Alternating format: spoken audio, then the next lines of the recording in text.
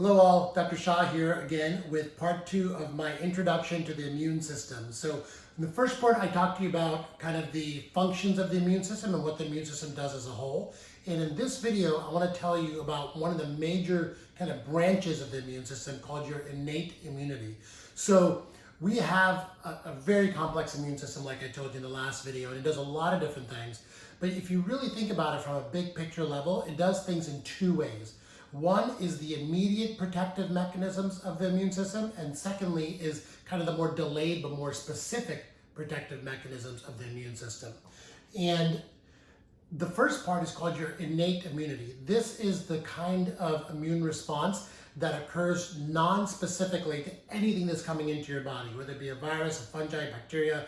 It doesn't need to recognize it. It doesn't need to figure out what it is. It just starts attacking it. So it's your first line of defense. So think of it as kind of like the Marines on the first line of defense for your country, your body. And if anything's trying to come in, it's just stopping it right at the border.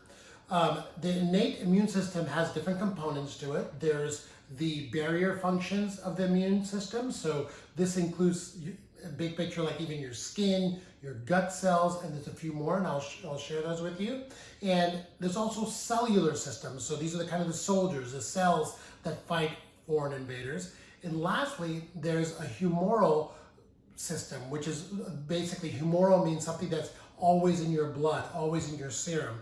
And these are proteins that work together to also kill bacteria. And I'll show you what those are as well. So big picture of the immune system, there's two different types, innate and adaptive immunity. The innate system is divided into these three categories. Let's talk about the barriers.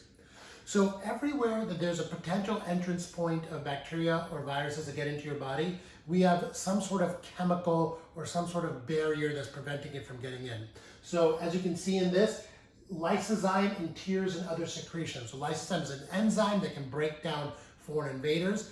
Bacteria, believe it or not, can get in even through your eye. So if someone sneezes or coughs around you and a respiratory droplet hits your eye, it can get in through there. Lysozyme is an enzyme that breaks up those foreign invaders. We also have hairs in our nose that acts as a physical barrier for large foreign invaders from getting in. We have mucus in our trachea and also in our gut cells. Mucus, as we all know, is a thick substance that also is preventative for foreign invaders from getting in. The acid changes in our stomach also break up bacteria and viruses. And the normal flora in our gut. The gut, believe it or not, has multiple barriers, so I'll explain that to you in the next slide. But what you can see in this slide here is that we have lots of different mechanisms for initially preventing foreign invaders from getting inside of us, whether it be acid or chemicals in our body, whether it be enzymes, whether it be actual physical barriers. These are all going to be our first line of defense. Now, your gut is one of the biggest first lines of defense out there. Believe it or not, the surface area of our gut, because it all, if you look at a picture of your intestines, it's all kind of curled up in there, but also within your intestines, the cells curl up as well, and they form lots of different, what's called villi. So if you spread all that out, it's about a tennis court size area of surface area that is exposed to toxins and foreign invaders all the time. Every time you eat, every time you drink, there's something in there that your gut acts as a barrier to.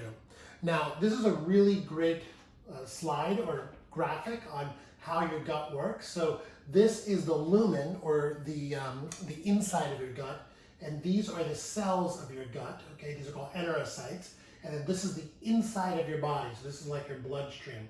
Now, believe it or not, your gut is actually one cell layer thick of these enterocytes, and these enterocytes have villi, microvilli, which are little kind of tails that stick out from them. The reason you need so much surface area, so this is all to increase surface area, is so that every single protein, nutrient, fluid that comes into your gut can get selectively absorbed through this gut lumen. So what's happening here is bacteria, fungi, etc. also make it to here, and your gut says, this is not supposed to be inside of me, or toxins too, and it leaves it in your lumen to eventually be excreted.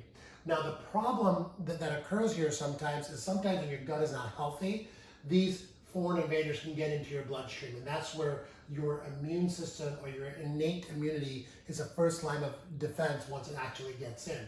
Your gut's really interesting because the other barriers it also has is mucus, like I told you, which is just a thick covering, but also the millions or trillions of synergistic bacteria and viruses that live with us in harmony and synergism to also help protect us from toxins and foreign invaders. So there's 3 layers of protection in your gut: your enterocytes, your mucus, and also these microflora or microbiome that lives inside of you.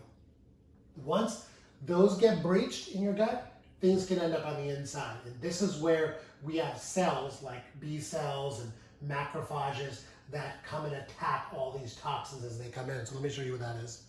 So this is the next slide about the cellular portion of this. And there are different types of cells involved in this immediate innate reaction. Now remember, I told you it's non-specific, so it's going to attack anything that it decides is foreign. And the reason it has to be non-specific is so that it can act fast, so it can be a rapid system. So this acts within seconds or minutes of a foreign invader getting in. And what you have here is different kinds of cells called phagocytes. Phagocytes means that these things can swallow up bacteria and viruses. And you have natural killer cells as well, and then dendritic cells. And we'll talk about these 3 different cell types because they're all important. And one more, which is called granulocytes. So granulocytes are measured in complete blood counts. This is laboratories that we get all the time, very standard blood work. And we can see how many of these you have. That indicates an infection is happening to us. And what granulocytes do is they go to the site of infection and they release chemicals to attract more immune cells to that site of infections. And what they also do is they cause swelling. So this is why you get swelling in the sites of infection as well. Secondly, macrophages, this is a picture of a macrophage, these can actually reach out and grab bacteria and viruses and suck them into them and then destroy them within the cells. So these are huge cells and they're basically out there just sucking in these bad actors and destroying them within inside of them. And then you have natural killer cells, which are another rapid response system to kill viruses and also tumor cells, believe it or not. And the way these work is they recognize cells that have been invaded and they actually kill your own cells that have been invaded. So that's what natural killer cells do. Lastly, you have these dendritic cells. Now, these dendritic cells, along with macrophages and a few other cells, what they do is they take up those broken up bacteria and viral particles and they present them to your adaptive immunity. Now, this is the one I'm going to talk to you about in the next video, but it's important to see this bridge between your innate immunity and adaptive immunity. This acts immediately, it breaks them up, it takes those antigens, we call them, or pieces of bacteria and viruses, and presents them to T cells and plasma cells that make up your adaptive immunity that we'll talk about later. So, in short, this is a cellular portion of your innate immunity, and there's one more part to this. There's the complement system. So this is really interesting. So this is a bunch of proteins. You can see this graphic of all these proteins that when one of them detect or a couple of them detect a foreign invader, they all kind of glom on to that foreign invader and they come together and they make a hole inside of that invader. And so these proteins and this system is actually in your blood all the time. And it's actively looking for, these bacteria and viruses, and it's glomming onto them, and then it attracts other ones in the same system, and they all work together to drill a hole through it and basically lyse or destroy that bacteria. It's called a membrane attack complex that it makes. So another really interesting system. All of these systems are working together. I bet you never knew how complex our immune system was, but this is just half of it, believe it or not. And it's important to know all of these because I think people sometimes think that the only kind of immunity they have is if they get immune globulins made or antibodies made. That's not it. You have other ways that you're defending yourself constantly against foreign actors, and a lot of it, 75% of it, is actually in your gut. This is why keeping your immune system, keeping your gut, both are so incredibly important in making sure that you have a strong defense to the outside world and to getting sick. The next video is going to be on the adaptive immunity. That's also really interesting, and I hope to have that out to you soon. Thanks for listening and joining me.